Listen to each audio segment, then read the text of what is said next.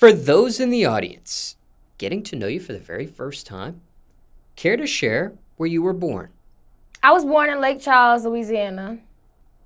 And care to share where you were raised? I was raised in Lake Charles. You know, I moved to Atlanta when I was 15, so you still could say I did, a little growing up in Atlanta, but, I'm a country girl at heart. I used to ride horses, trail ride, all that. I'm Louisiana to the core. And when it comes to Lake Charles, did it get any more specific than that for you? What you mean? Like a certain portion you represent of Lake Charles? Not really. I can't just say I represent no hood or nothing. I'm from the suburbs. I was raised on the south side of Lake Charles. It's not really Beauchene Drive. That's what I can say. But it's not oh, this my, I represent. Nah, I'm just from Lake Charles. Now, for those in the audience that might not be familiar with Lake Charles, but may be familiar with New Orleans or Baton Rouge. Yeah. Care to share how far Lake Charles was from these areas? Yeah, BR is 2 hours. New Orleans is 3. We the bottom of the boot for real. If you look on the map, I'm at the bottom of the boot. The bottom. It get real country out there. I think Baton Rouge and New Orleans is a little more city-like. But we country. And I really feel you got to come more so in my area, the Lafayette, New Iberia, Lake Charles area, to, get the real food. That's just my take, though. And everybody that's from there, they know what it's sitting for. 337. The real food. Can you shed some more light on that? The real food. Everybody just know New Orleans. They just know about it and Baton Rouge and stuff and think, oh, they got the best food. No.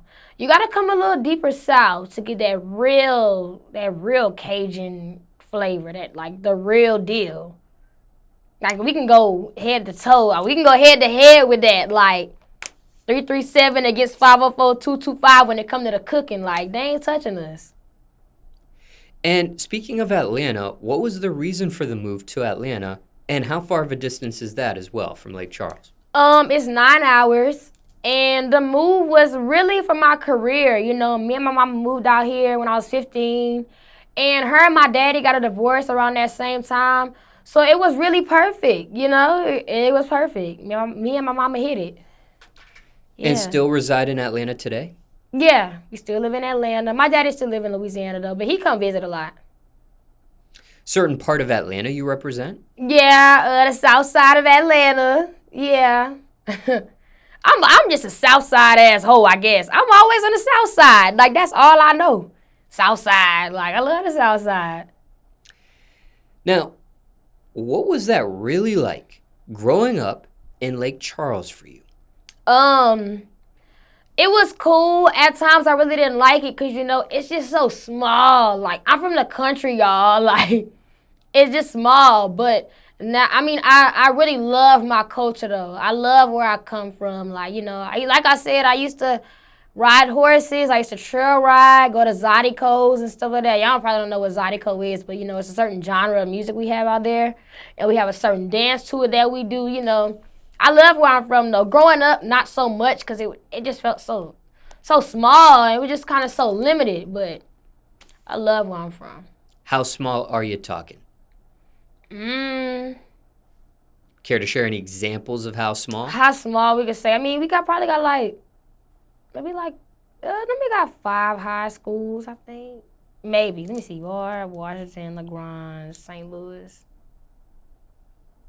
Yeah, it's real small. It's tiny. It's not, everybody know everybody. Got a shopping mall?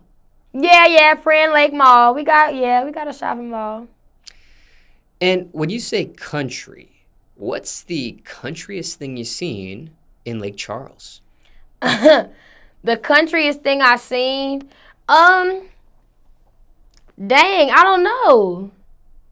Maybe, it wasn't in Lake Charles, but it was in, I think, Lafayette, because my mama is from New Iberia, Louisiana. We the only family that lived in Lake Charles, which was about an hour away from New Iberia. But that's where my family's at, an hour away. But I guess you could say maybe when we had a horse in the club and the horse was dancing. Probably that. I don't know. Care to shed some light on that? It was after an event we had out there, and shit, they brought the horse in the club, and he was dancing. A horse in a nightclub? Mm-hmm. Country club? Hip-hop club? I mean, everybody country out there, so it don't, they gonna play the Zydeco. They gonna, at the end of the day, it could be hip-hop, but we all still country. The accent, the dressing, So was that a culture shock, for lack of a better phrase, moving from a place like Lake Charles, as you described, to Atlanta? Yeah, it was definitely a culture shock. I feel like I never seen that many black people before. I was like, wow, my neighbors are black? You live like this? Like, it was just, it was crazy. Like, because I come from, Lake Charles is, maybe it could be majority white. I don't know. But, in my neighborhood growing up, it was only, 4 black families, including us. In the private school I went to, I was the black girl. So the fact that, I came out here and everybody was black, I was just like, wow, this is crazy. This cool. My Spanish teacher was black. Everybody was black. It don't matter. It was different. But, shit, I love it.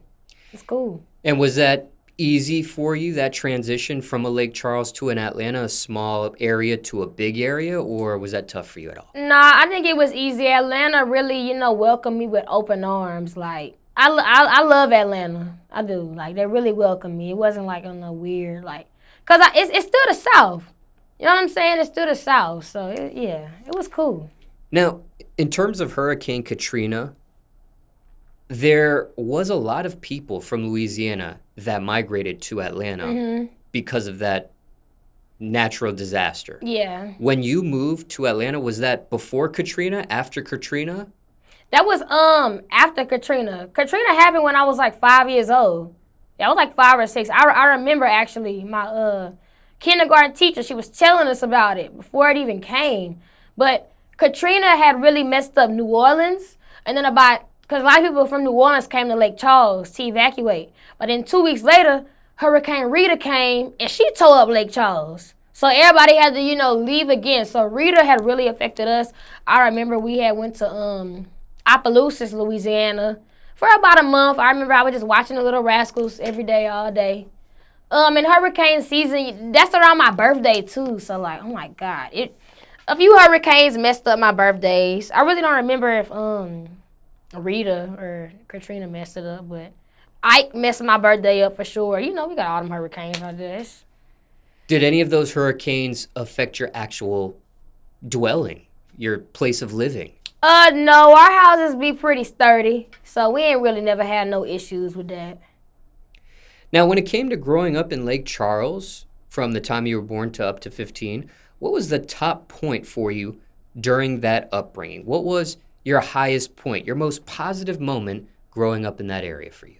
I had a lot of positive points. Whenever I was doing competitive cheer, that's something I really love to do. I still could flip to this day, actually. But whenever I cheer, that was some good moments in life. I had a ball with my team, it was it was a second family, And also whenever I would get to trail ride, I love the Zydeco. I love all the country stuff. I love horses, four-wheelers, all that, getting dirty in the mud and stuff. Those was just my everyday life was good. It was just, yeah. How far did you get with cheerleading? What you mean, how far I got? Some people go beyond high school, college, and they're a cheerleader for a national football team, for example. Yeah. Of course, growing up, I always wanted to maybe cheer for the Saints or something like that. But I always did competitive cheer, so it was always serious. I cheered for my school too, just to do it. But really competitive cheer, it didn't have nothing to do with school. We'd always travel for competitions. We'd go to Florida, Texas. We'd go to different places. So yeah, we never make it to Worlds. Worlds is the big cheer competition. It's the big one. If you win Worlds, yeah. But I feel if I would have kept going, I had to quit when I was 11 because, my music started to, kind of take over that. But if I would have kept going, I would have made it to Worlds. We would have made it. Any regret on that? Stopping at 11 when you did? No, I don't have no regrets. I mean, at the time it was very sad because it's like, cheer? Like, no. Like, how am I quit cheer? Like, I eat, think, and breathe cheer. But I also do that with music too. So I'm like, all right, I had to make that decision. I remember my cheer coach, Coach Raymond, came to the house, and oh my God, it was a big thing. I was sick, but yeah. They were trying to discourage you from music? Oh no, not at all. They was always supportive of whatever I wanted to do.